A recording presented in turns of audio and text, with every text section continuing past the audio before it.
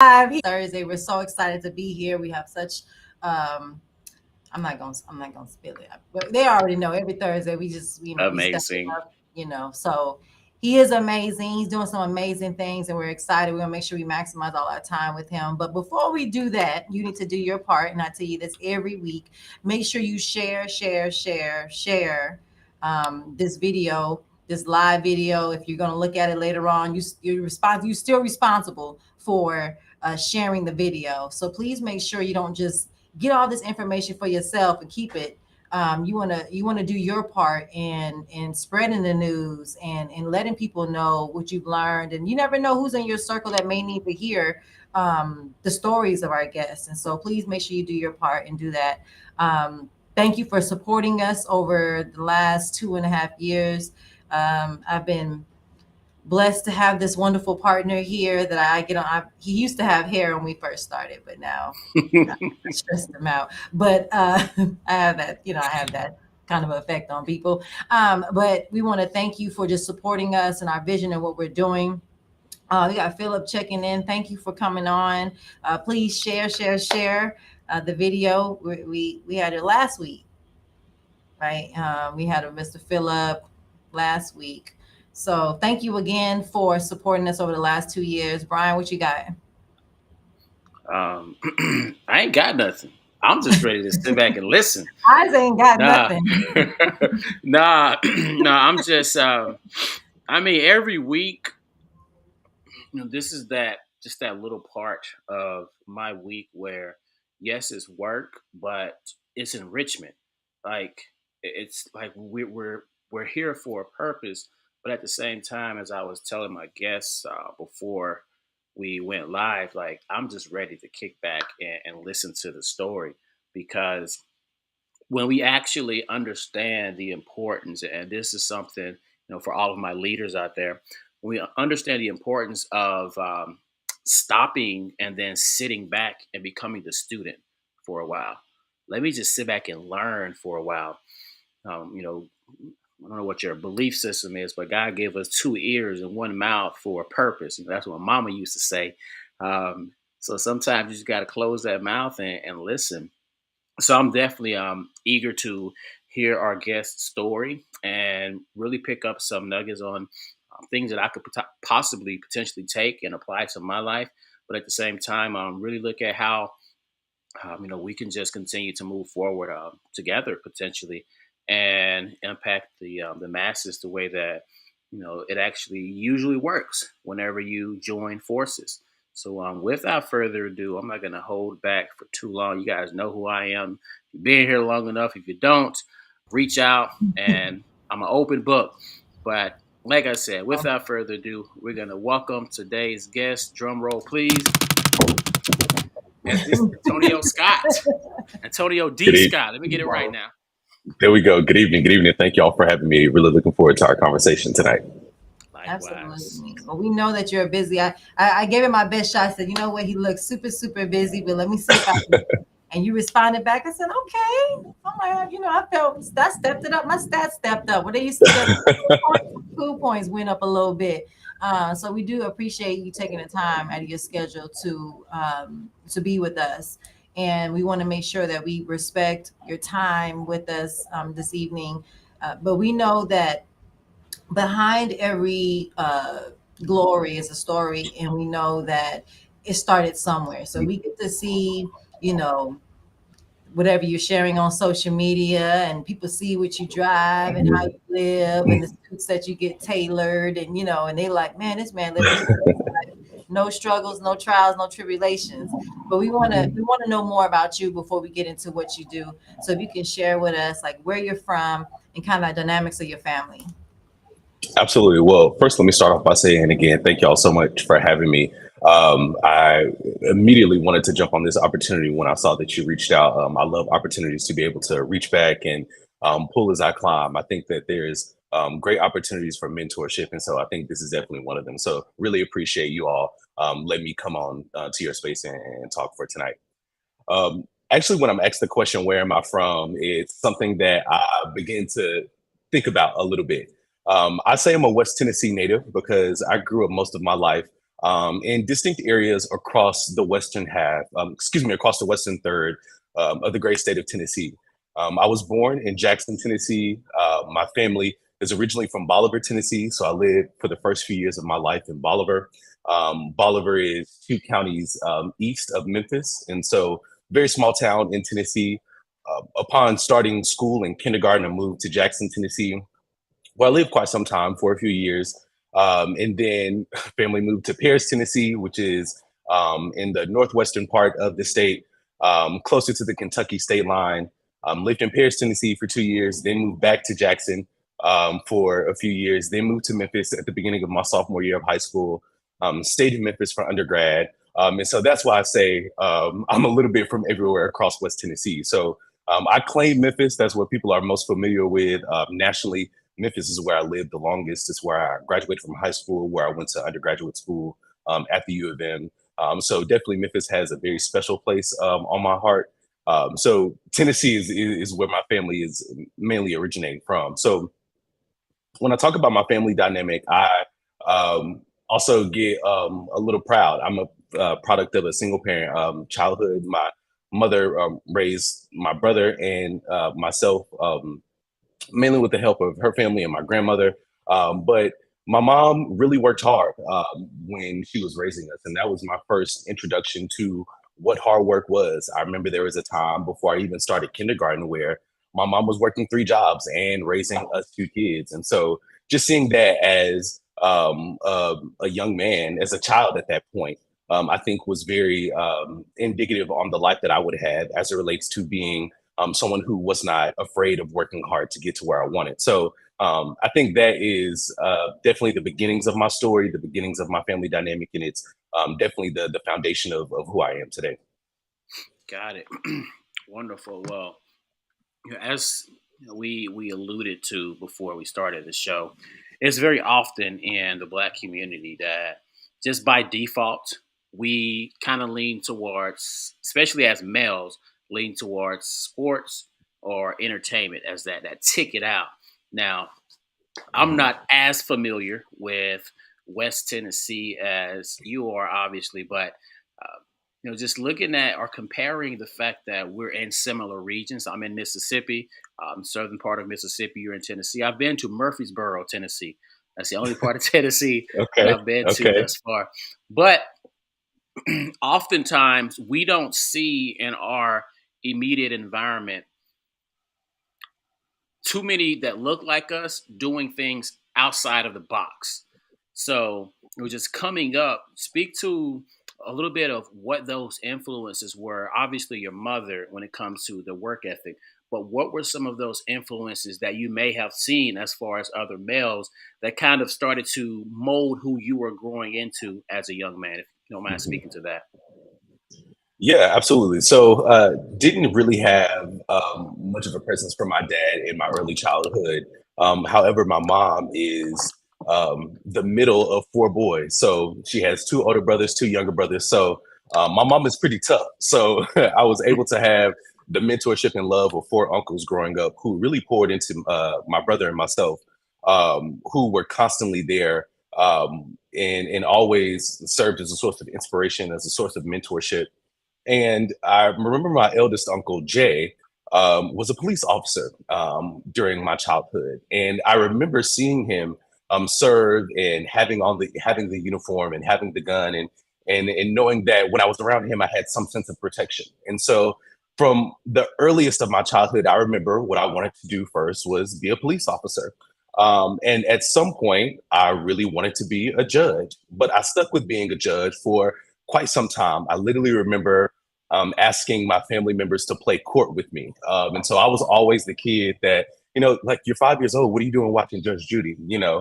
The People's Court was my favorite, right? So just being able to know that at a very early age, I had an interest to serve others. And I think that, again, that service to other was very indicative through how I was raised. And so to your point of, typically in our community, it's sports, entertainment, and culture icons that many of our community looked up to. And I really resonated with that statement because it was in the 4th grade when I found out about a career that I did not know about. Someone who looked like me it seemed as in the media that they were just about to get it. In the fourth grade, Barack Obama was running for president. And so I realized that there was something more to life than being a judge. There was something more to life than being a police officer, that I could have greater impact on my community that's just around me. And so seeing Barack Obama ascend to national acclaim in 2008 and when the presidency was so monumental for me as a fourth grade student. At that same time, I was attending an elementary school in Jackson, Tennessee, that had a micro society program. And so at the end of the school day, we had a mini society within the school. We learned about the legislature. We had different classrooms that were shops, that were the post office, that were different places around town set up like a city. So we learned how a city functioned, how to buy and sell. And so from a very early age, I was aware of these things. And so seeing that around me at school every day, and then going home and watching on TV Barack Obama run for office, I think that was very different for me. And so from then on, I knew that politics and government was where I wanted to be. And so I'll stop there. But I think that overall, I resonate with your statement of our kids and our children cannot be what they cannot see. And so I love opportunities to where we can have conversations like this and expand the reach and exposure to a lot of communities that may or may not be having these conversations. So I resonate with that. And I think that we're getting to a point where there's a lot fewer Black first in many places. We're making progress. We've still got a lot of ways to go. And that, doesn't even have to deal with the racism, discrimination, all types of injustices that we face in the midst of that. So I'll stop there, but I definitely think that my background kind of always was driving me towards a career in public service. I love it. I love it. I love it. And I had to grab my notebook because I like to take notes while I'm listening so I don't forget questions that I want to throw. Now, a few things that just come to my mind. So my mind is, you said fourth grade. You out here watching these judge shows. Now, I remember when I was in the fourth grade, I was trying to figure out, okay, which sport am I going to go pro in? I'm watching Deion Sanders, so I can do football, I can do baseball, but I love basketball. But you're out here focusing on that future that can be yours. So, two-part question. First, like, what was your childhood like as far as you having that focus on where you're wanting to go, but at the same time, likely not having a bunch of peers that were in alignment with that? So, was there what are you watching? What are you wearing? like what was that like? And then at the same time, what made you feel like those people on that TV, I can be like them? Because a lot of times we see that and it's just a fantasy. So two-part, like, how was that childhood? And then what really instilled that belief that I can actually be that? Absolutely. I'm going to give, of course, my long-winded answer, but I'll answer this question in a short one-word answer. It was my mom. My mom is the single greatest inspiration and driving force in my life. And we were kind of talking about this before we joined, but I think every lesson that I've learned in life about hard work, about independence, about going out and earning, every single thing has come from my mother. I was saying that, when I was a kid, my mom was teaching school during the day. She was the owner and operator of a tutoring service after school. It was called B.E.T, Becoming Educated Teens.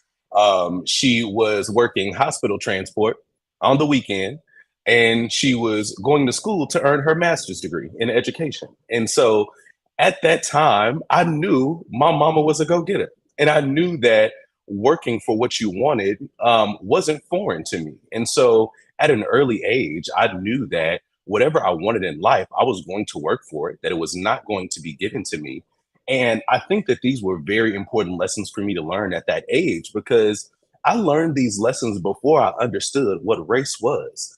I learned these lessons before I understood that I was a Black man, that I was a Black person. And so having those very deep and intrinsic values of hard work by my mother and from my mother, I think was definitely the best way for me to understand that concept of doing what I need to do to get to where I want to go. I'll step into the second part of your question about, at that age, of course, I knew that I was one of the few kids watching Judge Judy, Judge Maybelline right at the time. I have an older brother, and my older brother was the basketball star. Played travel AAU ball, was in the Hall of Fame. My brother could hoop, right? And so it was a very distinct contrast because my brother and I were polar opposites, right? And so uh, even in the house, there were multiple arguments over what were we going to watch, who was going to use the computer at the same time, right? And so I definitely resonate with those comments. But I think for me, that mostly came from when I was at school and I was always the kid running for class president, right? I was always the kid wanted to speak up for other people. I was always the kid who wanted to make sure that my friends' voices were heard to the teacher because if my friend says something, you need to hear him out, right? But along with that, I always had a problem with self control. I was always talking, right? My grades were never a problem in school. On my report card, it was like Antonio talks too much. He does not have self control, right? So I had to figure out how to make all that work, how to make all that come together. And so, again, found that through a career of public service, but I knew that what I was doing at that time was different because what I wanted to do was different. I think when I realized that I wanted to be president, because I saw a Black man be president, I knew that there wasn't going to be a yellow brick road for me to follow and understand of how do I follow the same path. Barack Obama and I are very different characters, right? But I looked up to him and I knew that I could not be who he was, but I still wanted to be a Black president. And so that was, I think, my guiding light into a sense of understanding that there may not be a lot of people around me who are having these conversations, who are doing these things. But I know what I want. I know how I'm going to get there. And I know that I'm going to work hard to do it. And so I'll come back to finish answering that question with saying, what was the inspiration or focus to keep going? It was my mom, right? And so not only did she work hard and was the perfect explanation or the perfect example, she also poured so much love into me, right? My thought when I left the house was, it don't matter what y'all say about me. My mama loved me. And that's all that matters, right? My mama thinks that I hung the moon, and my mama will call me out when I'm wrong, and my mama will put me up on a pedestal when I'm doing right. But I know that if my mama got my back, oh, I'm good. Because again, from a very early age, I knew that my mom was a hard worker, and I knew that my mama, despite whatever trials or tribulation, was going to make it happen. And so I think my mom is definitely the reason that I am the person that I am today because she instilled those important values so early on. Man, I love it. I love it. I love it. And just to kind of tie it all up, um, I know that I know that whenever I was coming up, well, not coming up, but I guess once I started to hit high school or so, um, I never sought any type of leadership role, but it was like I was thrown into it. So I know a lot of people in life, Mhm. it's either you got a passion for it, you got a unique skill set for it, or you just naturally talented at it. Now, I was naturally talented at being a leader, even though I never desired that position. So I look at when I went to my master's program and how I was voted in as the president of the Student Association for Social Workers and just all these different leadership positions that I never cared for. Um, but once I got into them, it was just natural because it was who I was. So would you say most of you becoming who it is that you are was part of just that passion to be what you saw and to use what you saw in your mother to go out there and understand that I can be whatever, or would you say some of it you were just kind of thrown into because it was just part of who you were? I definitely think it's a little bit of both. I definitely think it was a bit of who I am, someone who was always going to wear their shirt on their sleeve and be very passionate about the work that they do. But I also think that I'll chuck it up to being a member of Gen Z. I'm a part of an amazing generation of young folks who are not going to back down from a challenge just because we've done it the same way the entire time. Or, I mean, we've done it we've done the same thing for so long. And so I really believe that my generation has changed the national landscape of conversations simply based off our activism, simply based off our passion, and turning our passion into policy, or turning our passion into advocacy. And so I definitely believe that around the time that I was born, there were some amazing folks who were also born around that time who now are being more vocal in conversations, whether it be in politics, in government, in sport, in culture, in entertainment. um, our generation, I think, is turning around some of the national conversation on certain things. And so I'll give a shout out to Gen Z at that point, but I also think that there were certain things that I experienced as a child that influenced the way I perceive certain situations. I told you about in my last response that I learned the lessons of hard work and working to earn what you have before I understood that I was a Black kid. And so I'll tell you a little bit about that now. When I was in the second grade, I was living in Paris, Tennessee at the time, and I was working on a school project. And I was a kid that was always on the computer, right? If I was watching Judge Judy and Judge Maybelline at this time, I was very industrious on the computer. And so I was working PowerPoint 2003 at that point like a whiz. So I remember making a school project and taking it to school. And at this time, I told you my mom was a teacher. I was going to the same school my mother taught at. And so we were on course, different locations of the school.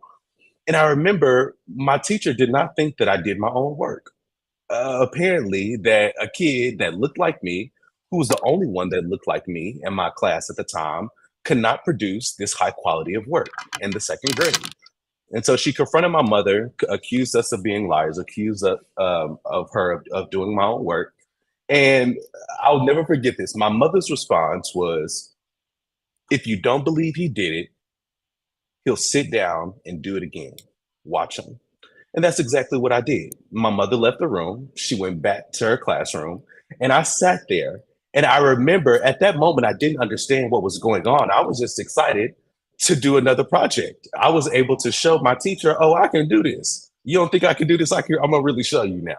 So I remember in the second grade understanding that just because of the color of my skin, my work wasn't always going to be valued at base level than other people. And so that was really intrinsic on my life, because that was, again, just 2 years before I realized that a Black man can be president. And so I think that was something that was so important for me at an early age to learn and experience. And now I look back on those memories. I don't hold anything against my teacher for that. We're friends on Facebook at this point, but I do understand that that was a valuable lesson for me. It's not something that I hold against them, but it's something that I think has I was shaped like, who is I that am today. her? Oh, no, no, no. I'm That's like, not her. I don't think no. she's tuned into this type of conversation. Man, so I'm gonna jump in real quick. I'm over here cheesing because you bragging about your generation, and I'm like, hold on. First off, he ain't too far from my generation, but second off, I hear a lot of people in your generation that they talk a big game, but they don't walk the walk. You out here walking it though. So I'm like, man, my guy, like, why can't more people, like, if you're gonna talk it, be about it? So many people, they're about it on social media, but when you get face to face with them, they Mhm. can't hold. They can't hold. It's just sad. It's just sad. So I love when I see a young man that start at a very young Mhm. age knowing what he wants, and that's I speak on that so often because from the psychological perspective, we understand that from like birth to like 7 8 years old is a formative stage. So you're really trying to figure out, or you're really learning by default, vicarious learning. And it's only after that age that you get to choose what you want to learn. And typically as men, we don't really figure it out until we're about 27 28 years old, what we really truly that's desire out of life. But you here at a very young age, knowing what you want, you got the example around you on how to, like, I don't care what obstacles placed against me, I'm gonna go get it. And it's like you haven't missed a beat from way back then to where you are right now. So before you transition like through that journey of what you have shared with us, like what would you say were your biggest obstacles? Because Mm, for now, as we mentioned in the beginning, like everybody got their glory, but like along that story, there were some hardships. So, like, what would you say were your biggest obstacles along that way? mhm. Besides the teacher saying Yeah. that he cheated, he can't produce that type of work.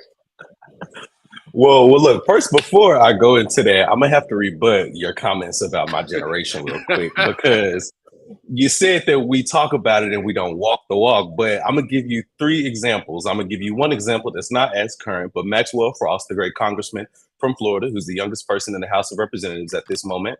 If you haven't heard of this young man, you ought to look him up. He's done some great work for March for Our Lives in Florida.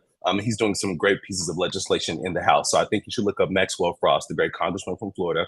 And I'll shout out two people from the great state of Tennessee, since my home state has been in the news so much, Justin Yeah. Jones and Justin Pearson. Mhm. Both members, young man, both members of the Tennessee House of Representatives, expelled and then put right back in place. So I think our generation talks the talk and walks the walk. And Justin Pearson and Justin Jones were about this fight before the nation started paying attention. Justin Jones in Nashville was leading protests at the Tennessee State Capitol in the wake of the assassination of George Floyd. He was arrested at the state house, and just years later, he was elected to the state house. He was Mhm. expelled from the state house, and he was reappointed to the state house. And so I think our That's generation is awesome. definitely doing the work. So yeah. Look, we can have conversations all day about Gen Z in the news, but um, to answer your question, uh, actually, I'm actually to restate your question because I think I forgot it going off on my tangent about Gen Dang, Z. what was my question? My bad, brother. No, you good. You good. Man, the question, it'll come back to me. But I'm glad that you mentioned, those specific instances because it's so often, and my statement was somewhat in alignment with mainstream media, whereas you Mhm. focus on the things that you don't like or the things that are the buzz because Yeah. it isn't what's proper or what's excelling, but you just pointed out the things or the people that are actually doing it. And I love that you did that because it's so easy for us to complain about what we don't like or what we don't see going in the direction that we think it should be going in. So I'm glad that you mentioned those. 'Cause I was going to bring up, ask you, like, what are your thoughts on some of the things that are happening right now in Mhm. Tennessee? Um, yeah, man, like viewers, please be taking notes. Please take notes. This gentleman, I mean, you're a judge. I mean, you're in that space, so you already know how to handle your stuff. So I appreciate you coming with that rebuttal because that could Mhm. have easily just kind of floated by and people were like, yeah, he's the only one out here. Nah, he ain't the only one. So I Yeah. appreciate that. And what's crazy is sometimes I feel like I'm not doing enough work because there's a great amount of young Black men here in Washington, D.C., who are doing absolutely phenomenal work in their areas of civil rights, in their areas of social justice. Thinking about a few who are leading the fight for DC statehood, who are going on campaigns across this nation, advancing the public policy agenda. So I feel like sometimes I'm not doing enough work. So it's inspiration for me to see the amazing work that other young Black men are doing here in DC. So that's a shameless plug for DC. I think any Black young professional in their 20s should live in Washington D.C. at some point. It's an amazing place of opportunity. It's an amazing place of networking for young Black professionals who are working in the levels of government, outside the levels of government, in medicine, in healthcare, in IT. So I think Washington D.C. is the place for young Black professionals. So I'll also say that shameless plug for also those who may be in Gen Z looking for somewhere on their next stop. Definitely. I hope y'all listening. I hope y'all listening. And I'm gonna shut up here in a second. But dang it, drawing a blank. I was about to ask something specific. And my Um, bad, I really feel bad for no, forgetting your question. I had to no, get that one thought out real quick. you are good, man. You are good. It's gone now. But man, like you're one of those individuals. You're one of those individuals that I know what I was about to say. Success, success, success, success. I forget exactly how it goes, but a truly successful person does so much and still thinks that they're not doing enough. Whereas people who think they should be successful are barely scratching the surface and they think that they're doing everything that's to be done. So, like, that just goes to show, like, when you are already halfway up the mountain, but you're like, man, like, where's the next mountain? Because this ain't enough. Like, that's when you know you're going places. So I'm gonna stop patting your back a little bit and head it off to Dr. Hobson. Yeah, I mean, I truly enjoy you, and I didn't know all this when I decided to, but that's why we have this space, because we don't know, right? Unless we, go out there and we ask. But there's a couple of things I want to try to kind of recircle back to. Um, Mhm. One thing, like, what was your, okay? So a lot of times in our life, I think in our community, we have accepted dysfunction, right? And so we've just learned how to function in dysfunction. And it's not until you're exposed to things when you realize, like, no, that's not right. Or what I experienced, that's not how it's supposed to be. And so we go through these traumatic events, but it's like, because we're just built to be resilient, and we had that driving force. Like, for me, it was always, I always had a box that I was trying to check my whole life. And so when you're thinking about the that, because what you experience even as in second grade is very traumatic, right?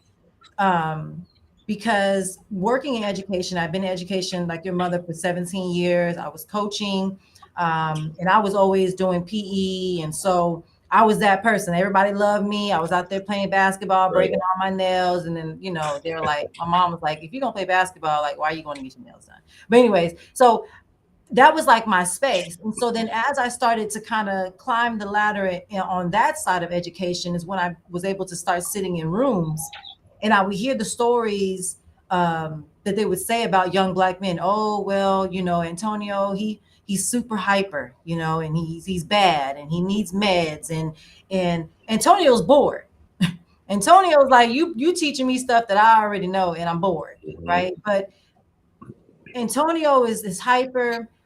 Antonio needs to get on meds, and he needs to go in with the special education. And but then you turn around, and Johnny and everybody else is, well, that's when the conversations come out. Well, is he GT? Is he this? Is he that?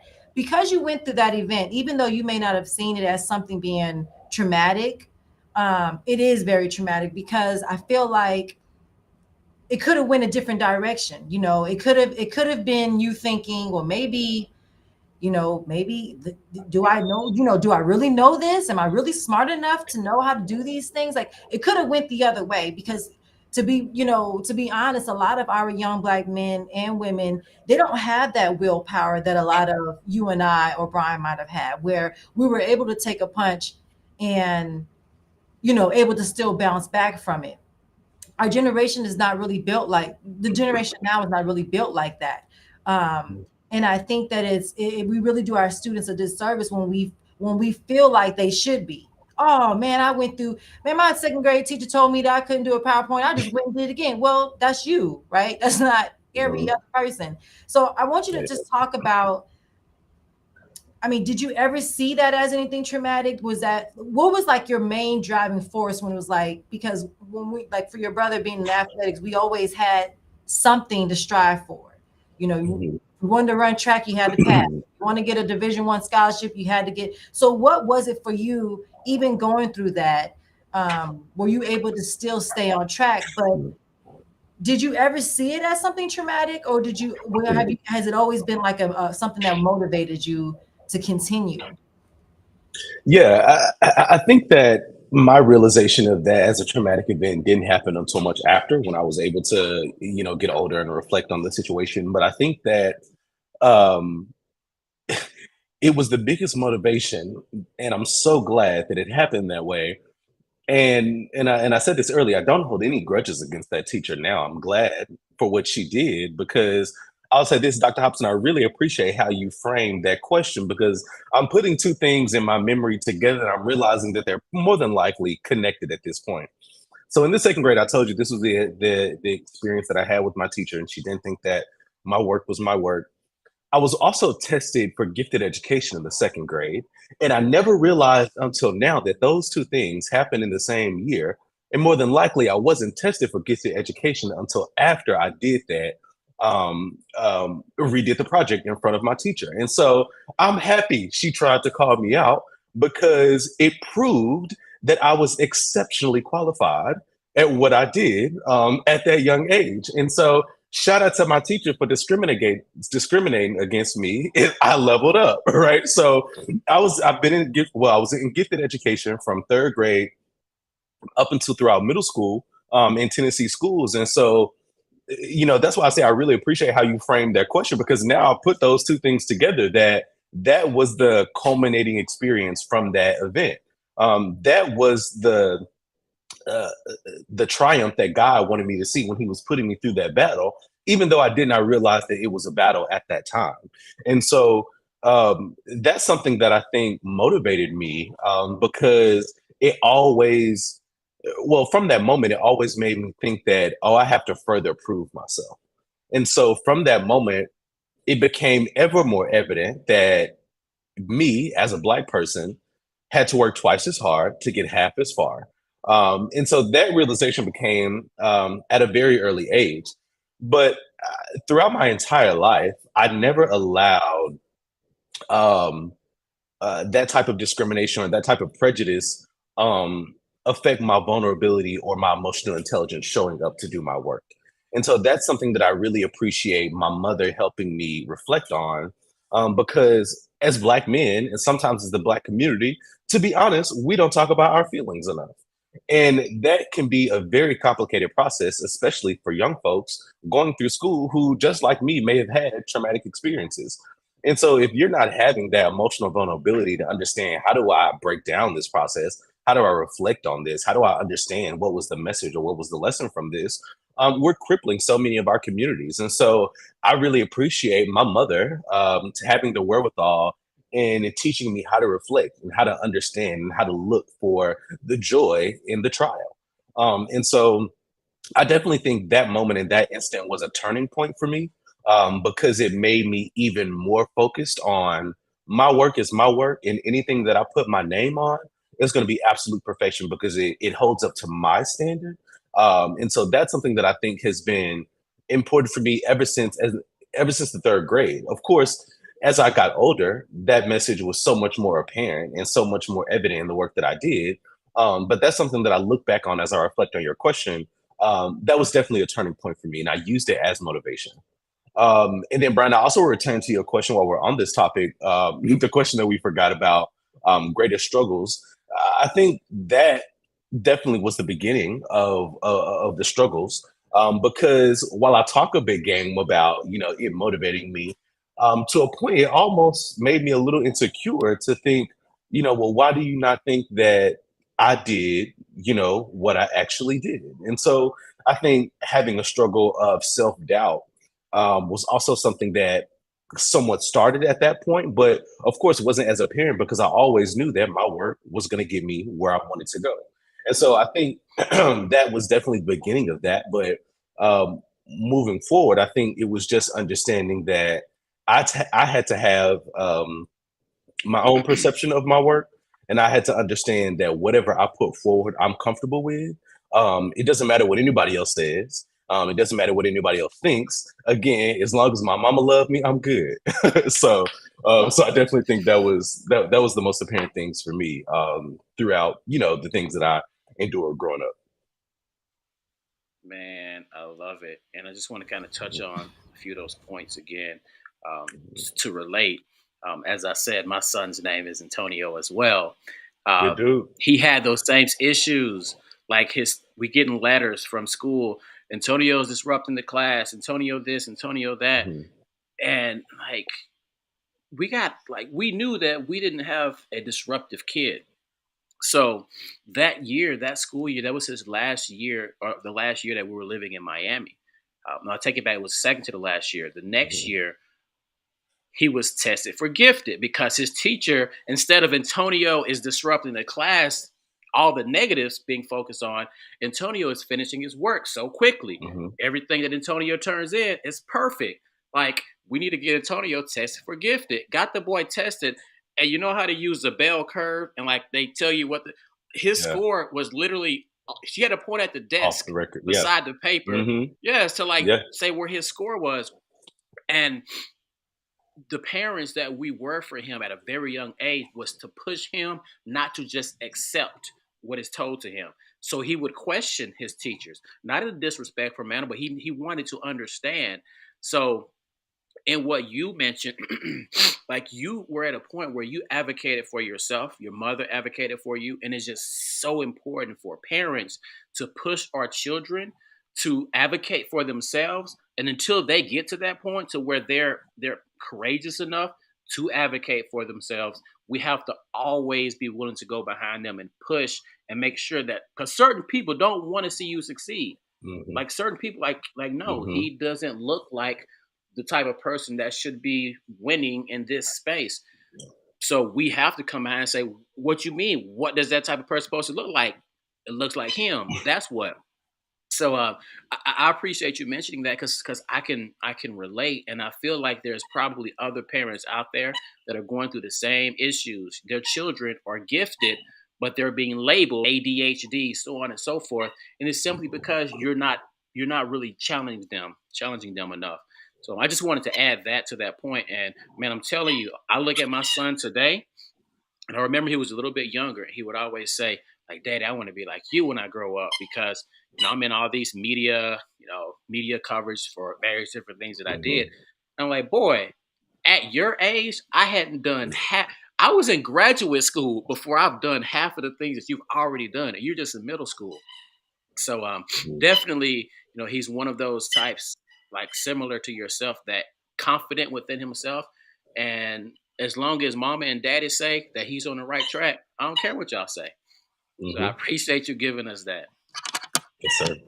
Absolutely. And so, when we talk about these different experiences and it kind of segue into why you're doing the things that you're doing, with the model that I created, Win with Why, our why is always our driving force. That's our vehicle. It's whether it's an experience that you've had directly or an experience that you've seen someone else have, but we all have a why. We all have a reason why we're doing the things that we're doing. And so Mhm.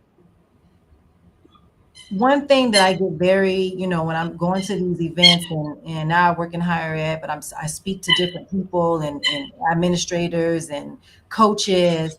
And I tell people all the time, as long as you're breathing, as long as you're living, it is your responsibility to pay your experiences forward, right? And Mhm. because you went to these events and because you were able to overcome, it is your responsibility now to demonstrate to others and to share the knowledge and to prepare that table, right? We always talk about, oh, that's for white boys. Oh, it's too hard Mhm. for, a president to be black. It's too hard for this. And then you were talking about when Brian made the comment about the generation and you were naming, you was name dropping all these people. Well, if you're not allowing yourself to be in those places to meet those people, you don't think they exist, right? Mhm. If you're always sitting at Right. home saying, "Oh, well, I mean, people tell me this for years, and I went through a lot of some traumatic events just pursuing um, an athletic director as a Black woman. That comes with its own separate, mess. But I felt like it's still my responsibility.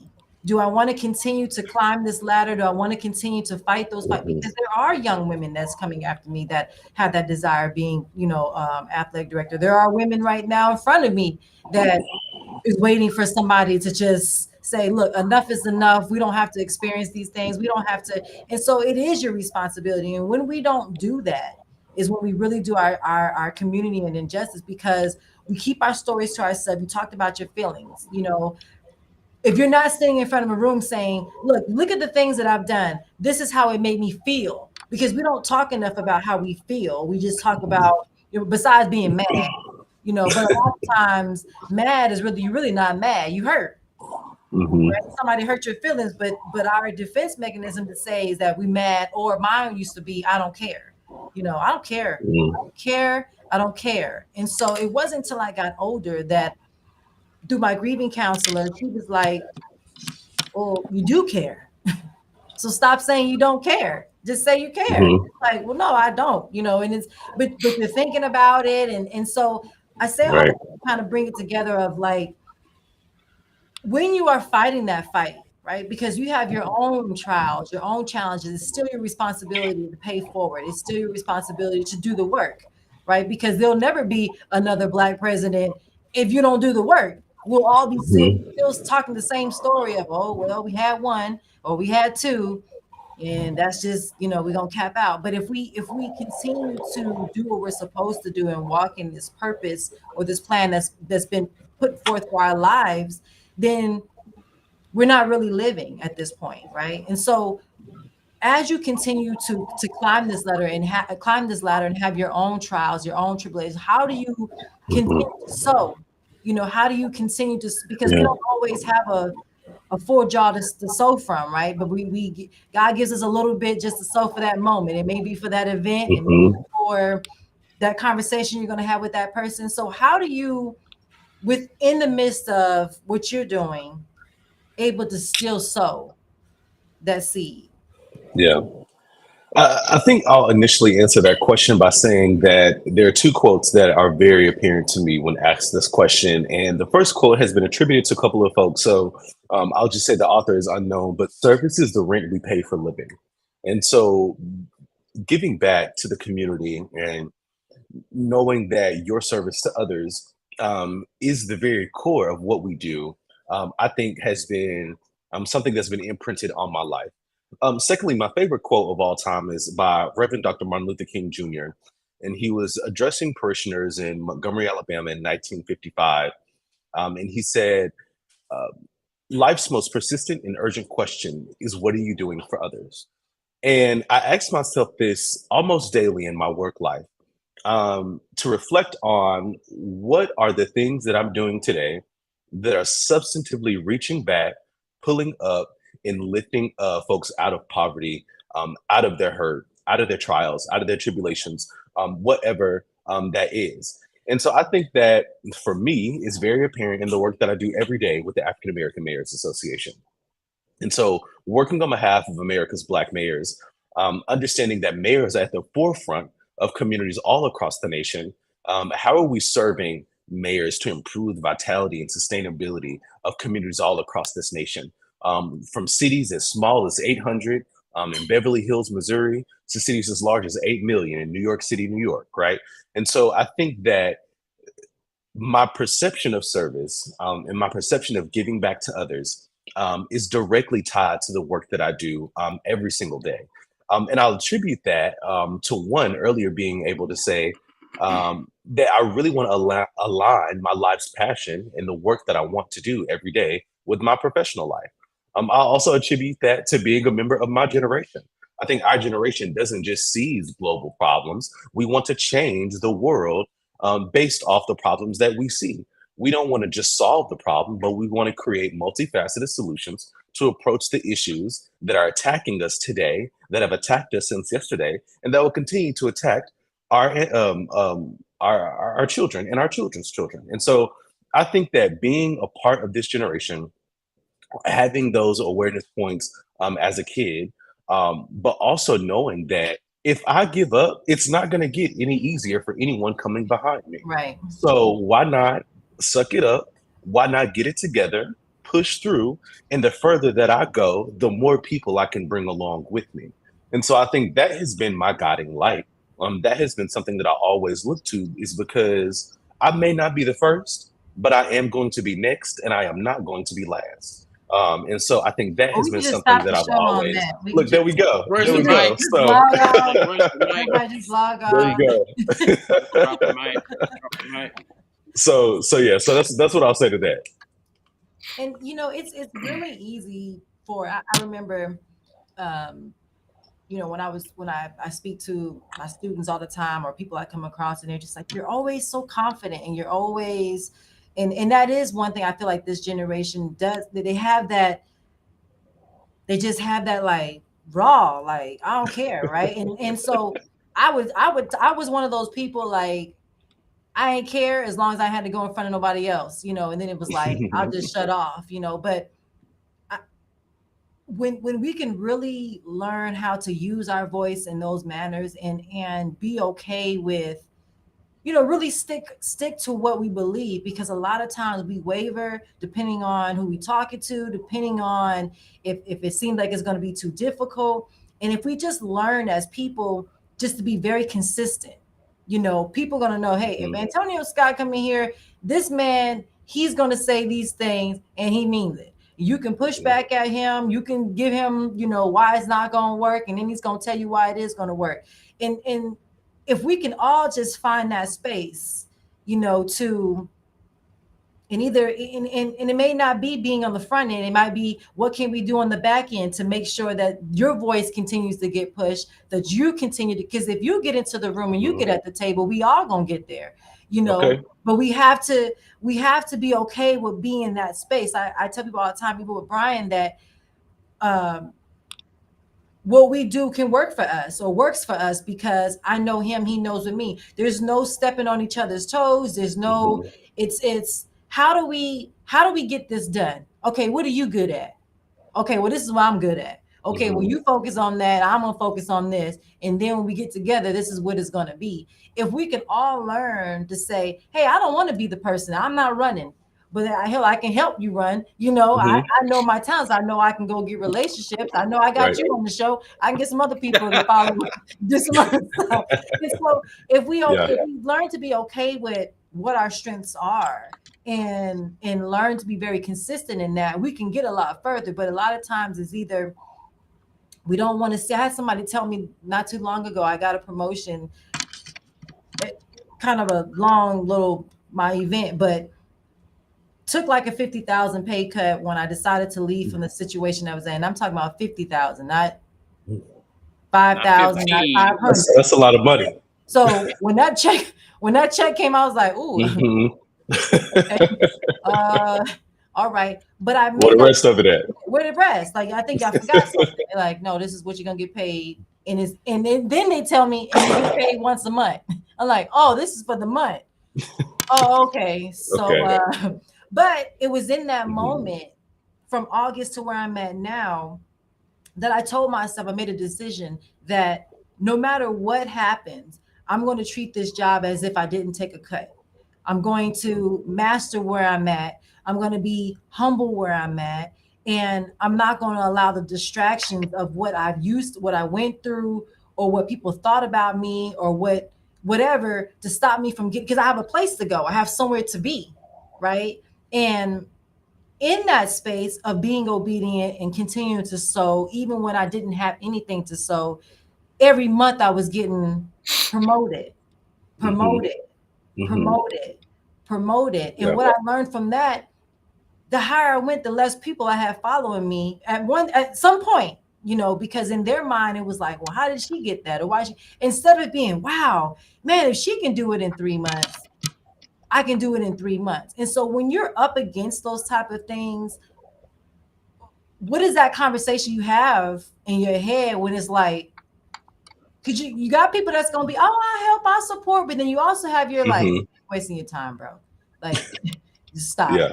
Like, what do you Mhm. tell yourself during those times when you do have those doubters or those people that are pulling you down, or putting ideas in your head? Maybe you should, instead of going for that, why don't you try, you're really good at, and you're like, no, I don't want to do that. I want to do this. What are the conversations you're having to yourself in your own head? Yeah, I am a person of faith. And so the first two things that I think about is scripture. The first scripture that comes to mind is Romans 8:28. For I know the plans that I have for you, plans to prosper you and to give you a future. And so I know that God already got me covered. It's my job to get up and go on. And so I think that's something that initially gives me hope and gives me strength. I think another scripture that I think about is God says that my grace is sufficient for you. And so I know that He's already given me everything that I need for every trial, for every tribulation, and every success. And so as long as I hold fast to His hand and stay faithful, um, that has always been my guiding light. And so, again, these values were intrinsic upon my childhood and have stayed even to this day. And so, my relationship with God has always been very central to who I am. And so, understanding that I was not in this battle alone, and it was not mine to fight anyway, was something that I appreciated from my childhood. Of course, going to church as a kid, at first, I was going because my mama was taking me, and then, of course, I got this realization that this was something that's very important for my life, and I wanted to have a covering. I wanted the Lord to be able to direct my path, and so from a very early age, I knew that faith was important to me, and it will always be my guiding light. And so, yes, the trials and the tribulations come, and work gets hard. But I know that it's not my job to give up. And again, if I do give up, it's not going to get any easier.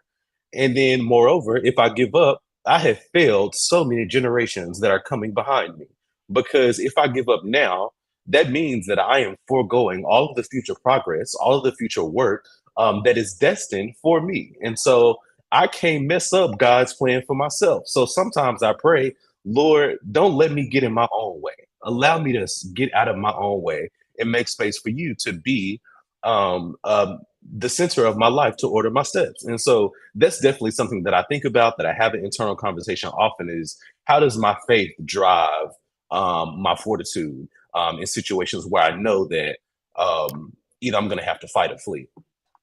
Absolutely. I love that. I love that. I remember a lady, I was standing next to a tree at one time and I was praying to God, asking him to just give me a sign and tell me something. And the lady out of nowhere came to me and she said, "You see that tree that you're planted? I mean, that you're standing next to?" I said, "Yeah." She said, God told me to tell you that he would never weather. And I was like, Mm, what is she, So of course I went to my room and I started to look things up. And the scripture was Jeremiah 17:8. And he says mm, that they will be like a tree planted by the water that sends out its roots by the stream.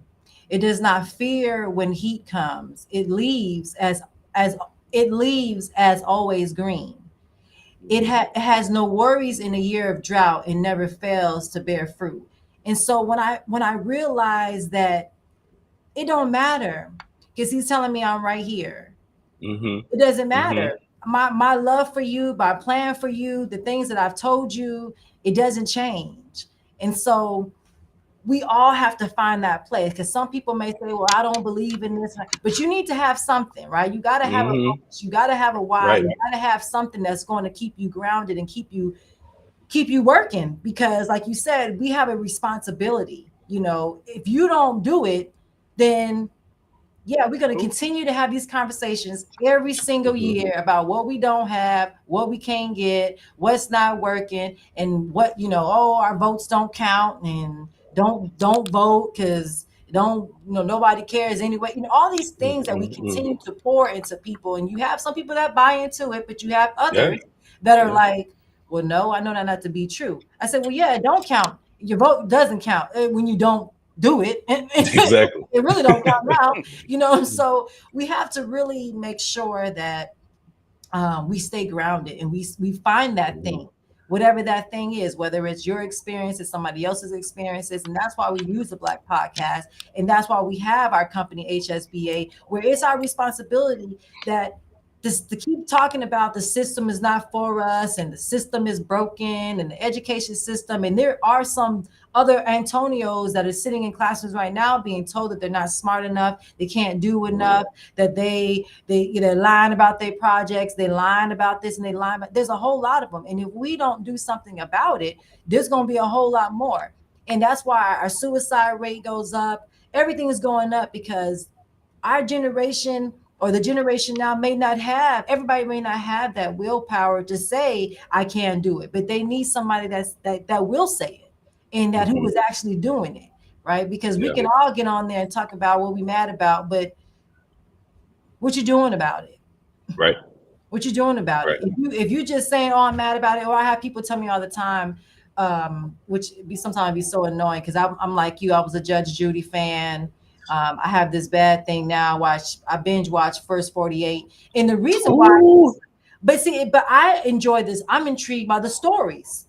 absolutely, You absolutely. know, it's Hmm. like, yeah, the crime is crazy and all that stuff, but I'm like, why did he, what made him, who was in his Hmm. life that maybe could have made a difference? Man, I wonder if somebody in his school would have said something, or I wonder, because I look at them in these interrogated, in these offices, and they got their head down and they're like, man, Hmm. I made a mistake. And their mind is blown, but I just so intrigued by people's story. And we don't tell our Yeah. story and stuff enough, and we don't do be consistent as much as we should be. So what do you do in that downtime when it's like, because you and I and Brian, I think Brian talked about earlier, he said a quote about success.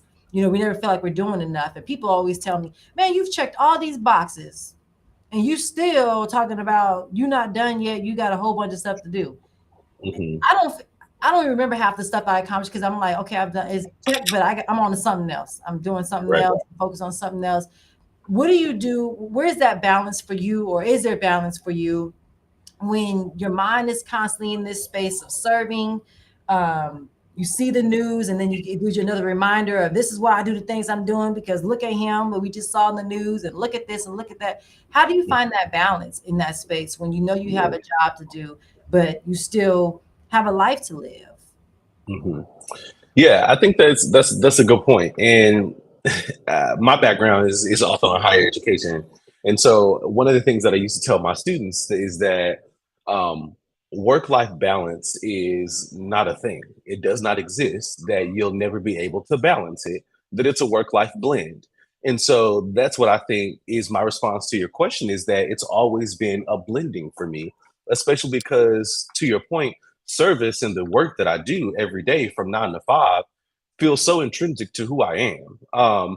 I feel I am my whole self at work. I tell people all the time that I do heart work, that I truly love the work that I get to do every single day. And so my partner will tell you, it doesn't matter if it's 2 o'clock in the afternoon or 2 o'clock in the morning, I will log in to send off an email. I will log in to get something done because I love the work that I do. I truly believe that what I do each and every day is impacting a community somewhere. And so that blend has been important for me because I know how to turn it off, right? I know how to be able to understand that the weekend is the weekend and I may not open up my laptop, but I also understand that if I feel so inclined to get some work done on the weekend, because I truly enjoy what I do, that the work is going to get done on the weekend. And so I've been able to find a blend. And I think that's easier for me because I do something that I truly love. I never feel like I'm actually doing work. Um, Last week, I stayed up until 5:30 one day writing scripts for our conference next week. I was happy doing that work. Yes, I was tired, I was groggy, but I understood that the work needed to be done, that it was going to be a great product at the end, and that people needed this resource to be successful at an event that my company was throwing. And so I didn't mind putting in the hard hours, the late hours to get the work done. And so I think it's a blend for me because I do work that I enjoy, but I also do have that boundary set to understand that, okay, I need to turn it off. I need to step away. But to understand that it's not something that I have to draw a hard line anyway, because at the end of the day, I do work that I love and I'm able to turn it on, turn it off whenever I please. So it's definitely, I think, a blend as opposed to a balance for me. Absolutely. I always tell people all the time. I said it doesn't feel like work when you living in your purpose. When you doing the things you love, it doesn't feel like work. You may Hmm. be tired, but you can just see like the light. You like, man, I feel comfortable being at home and just people. Oh man, you working at home? It's like it's just a space. It's a space. I'm Right. productive. You know, I always tell my little, I guess I never grew up in the hood, but my trap music that I listen to, or that my little, if I could just play it, I would. From Go ahead. Go ahead. Devin the Dude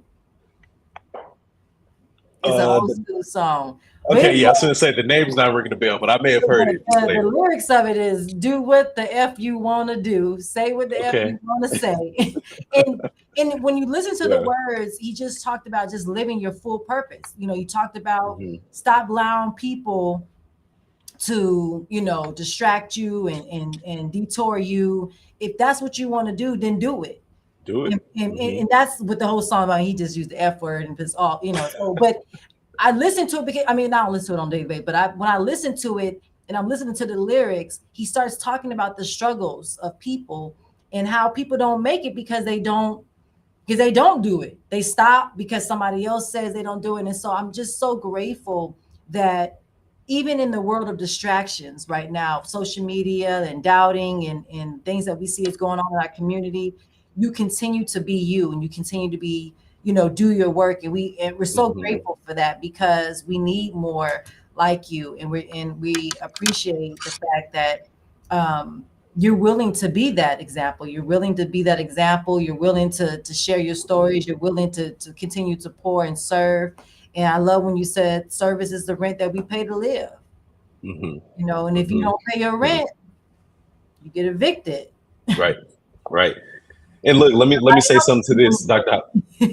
Look, I also have a rap song that I sing every now and then. That's also inspiration for me. I must go on and on. Can't understand how I last so long. I must have superpowers. So, Blow the Whistle is, you know, the opening lines of Blow the Whistle is something I think about often, you know, because I must have superpowers. There must be work that needs to be done, and I got to get it done.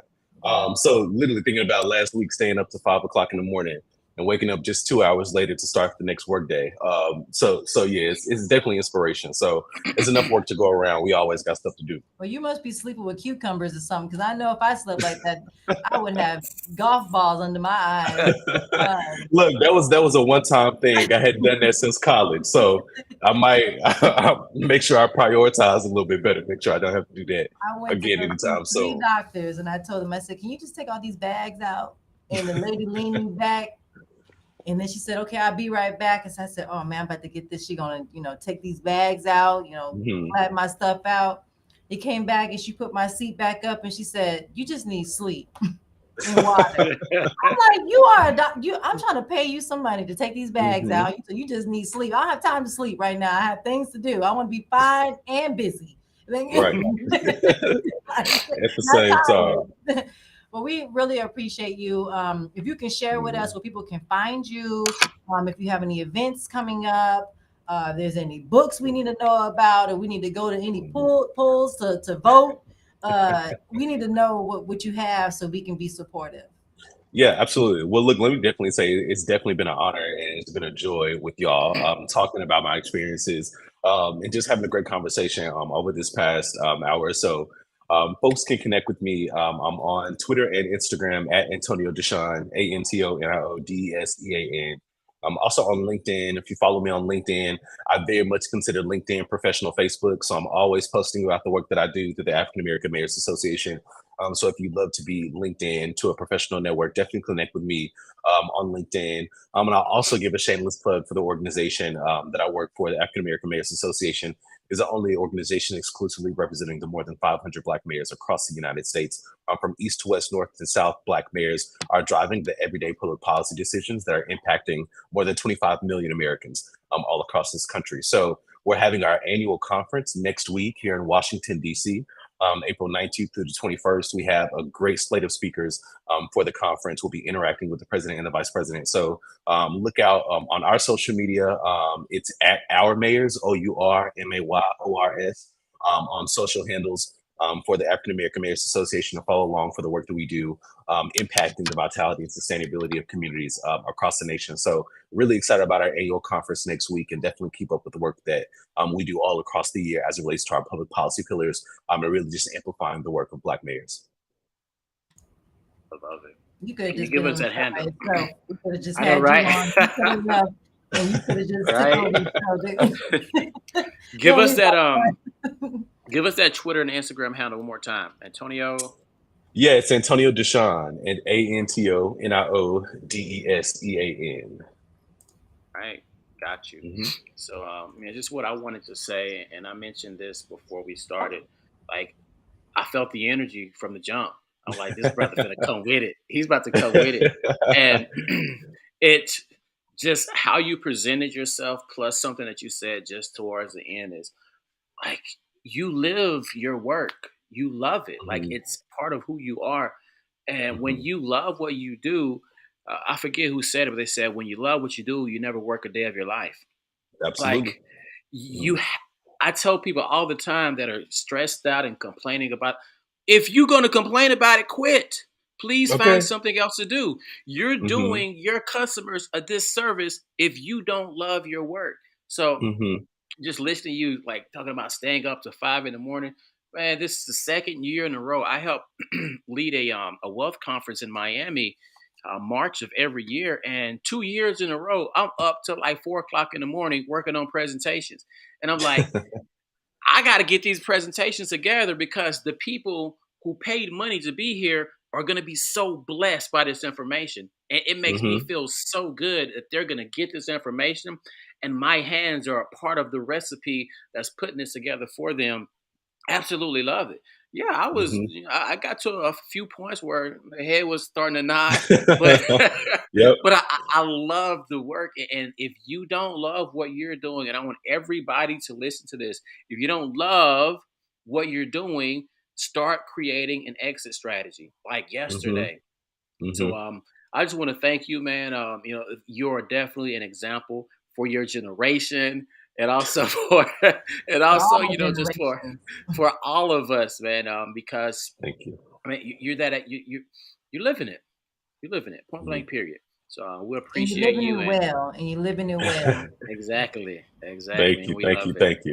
No, I appreciate that. And look, let me just add one more thing. I definitely resonate. If you're not happy with what you're doing, leave it. I'll say this. This is my last piece of thing. One critique that I feel that Generation Z has, is that we don't do nothing for too often. We job hop, we job skip. And I'm glad that we do, because it's obvious that if we don't like the work that we're doing, we're going to find something more profitable, more valuable. Yep. Perfect example. Last year, I had a job offer to be chief of staff in the financial services industry. I was like, absolutely. I don't know anything about the financial services industry, but I know I want to be a chief of staff, right? I took the job, got there, third week, knew it was not for me. I knew that this was not the work that I wanted to do. It was not profitable for me, but I also believed that they were doing very valuable work. I just knew that I wasn't the right person in this place to do the work for them. And so I also knew that I came on to do something very specific, to do a specific goal. And so after we hit our major accomplishment, I was like, all right, deuces. That was 6 months. But I learned so much from that opportunity. And I think that that opportunity perfectly set me up for the role that I'm working in now back at the Mayor's Association. So it works out for your good with having the exit strategy that Brian was talking about. So yes, find the work that you love. You'll never work in a day in your life, as you said, and it's something that I resonate with. And as long as you're doing passionate work, you're making the impact. So definitely resonate with that. And overall, just really, really appreciative of this opportunity. Y'all gonna have me wanting to come back. So I'm definitely gonna Well, we were gonna do that anyway. stay So tuned. But either way, definitely, definitely thank y'all so much for this opportunity. And we'd love to stay connected with y'all, and definitely want to get connected on all type of mentoring opportunities and things and such. So overall, just really appreciate the space you all created for me tonight. And absolutely, we family it's my now. pleasure. So it's Oh really yes. God. Oh yes. But we're gonna put you in the backstage real quick, and we're gonna close out quickly, and then we'll Good deal. we'll finish up with you. So thank you again, Mr. Scott, for everything that you've done, and we will make sure that Mhm. we will continue to support. And it was just such a blessing and honor to have you on today. Yes, Absolutely. indeed. Thank y'all so much. God Yes, bless. sir. Thank you. So hold tight backstage. We'll close out with you next. Yes. I mean, you already closed it out with all the other stuff, but Yeah. we gotta okay, so everybody gotta share, and go replay and figure out what is it I'm supposed to be doing? What service am I supposed to be Yeah. doing? Because like he says service is the rent we pay for living. If you're just living and you're not serving, you're not living. You're not truly Yeah. living. And that's what he mean by abundant life is the service that you're giving. What seeds are you sowing? You can't sow bad seeds and expect a harvest. You got to continue to sow. You got to continue to sow. And so what an honor to have him on today and just hear about the things that he's doing. And I know that he hasn't even touched the surface of what he's going to be doing. And so just an honor to have him on today for sure. Definitely. Yeah, and it's interesting that we kind of wound up with the topic of like leave the position that you're in if you're not happy with it. I got a message this morning, 11:31, from a good. She's a friend, but she's a client as well. She said, "I just quit my job. I'm so overwhelmed with feelings inside my head. I know we haven't talked much in a while, but I just need to let you know, and I need someone to help me process the fact that I actually quit my job." And she had been on that job for 10 years, and she was being overworked, completely overworked. She gained all types of weight. Her mental health started going down. Guys, do not feel bad about leaving a position if you are in that stage in life to go to another position. So, Especially if you're in a job that's in service. Like I used to tell that all the time with teachers that would be here 40, 50 years and they're not doing the yeah, students sitting there, they hate what they do, they hate the kids. It's like yep, retire, please go somewhere because you're not doing this. It's people you're supposed to be serving to just any justice. But yeah, so I would definitely agree with that. But log in, make sure you support us, make sure you check us out on wearehsba.com, wearehsba.com, and find out more what we're doing in the Black community, and look out for some partnerships. Reach out to us for yep, some partnerships, collaborations, because we don't have to do things alone. So let's get together, let's set up some appointments, let's sit down and strategize what do we need to do to continue to serve, and capitalize on the strengths that we have within our community. So thank y'all again for supporting us over the last couple of years, and we'll be here same time, same place. And we thank you for everything, for just logging in and doing that part. Now you got to do your other part and share. exactly. And if you are on our mailing list, you should have gotten an email today with some offers for you to partner and collaborate with us.